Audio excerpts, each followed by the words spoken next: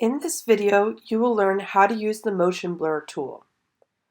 First, we want to open a photograph, unlock the background, and duplicate it. Now I have two layers with the same photograph, and I took this picture using the technique of panning, but I'd like to blur the background out more. What I just did was I did Select, Subject, and Photoshop did a pretty nice job selecting what it thought was the subject of this picture. Next, I'm going to create a layer mask and separate this car from the background. Right now, I'm trying to change my colors to black and white, as well as utilize the quick selection tool to clean up what Photoshop selected. See, I have the dancing ants going around the car. I'm just kind of cleaning up the shadow a little bit. Now that I have the car selected, I'm going to do Layer, Layer Mask, Reveal Selection. What just happened over here in the Layers palette is a layer mask was created to reveal the car but hide the background. So as you can see, I have some cleanup work to do, but we did pretty good just doing a quick mask and selection. So what I'm doing now is I'm grabbing my paintbrush, and I got some white paint, and wherever I paint white shows up. If I want to hide part of the picture, I need to switch my paint color to black.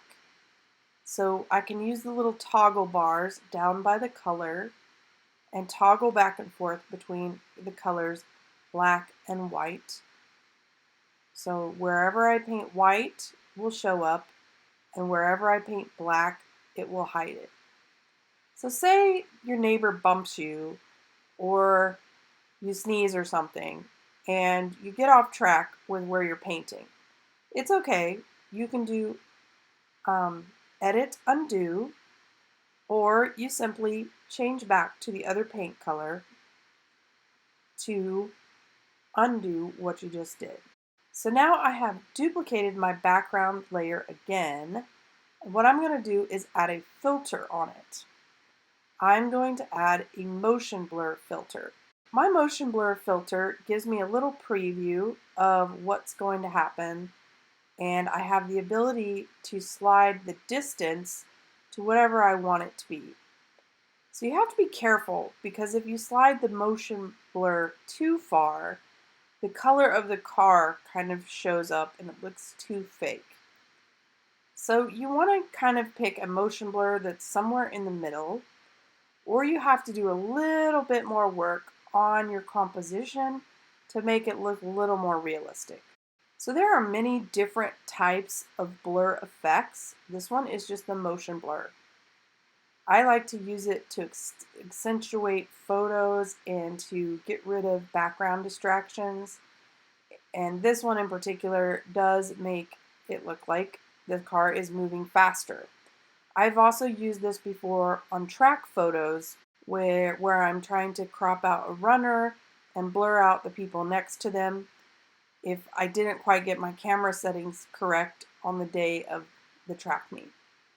So anyway, I want to go ahead and give this photo a little more care. I decided to add a layer adjustment of hue and saturation and just give the colors a tiny pop to accentuate that red and the deepness of the black on the shadows. So now I'm going to go ahead and add a brightness and contrast layer adjustment to just add a little more depth in the colors. This is just kind of my style. I always like to accentuate color and contrast, but you don't have to if you don't want to. The main purpose of this video was to show you how to do a motion blur. So as you can see, I haven't quite cleaned up the edge of that car very good, and I could take some more time in going and cropping around the edges if I was going to print this really big or use it for like a billboard or something. But this particular image, I'm just using it to show you. So I'm not going to go back and clean up those edges just yet. I'm playing with the composition here and cropping and trying different views. I think that looks good. And now, as always, when we're done, we want to save as, rename your file. I always keep the layered Photoshop file in case I want to come back and edit it further and clean up those edges. So I'm going to save it to my desktop. Then I'm going to go ahead and do File, Save As, and save it as a JPEG so it's easy to turn in Echo. So when you're finished, save your photos on your Google Drive so you can use it in your future portfolio. Thanks for watching.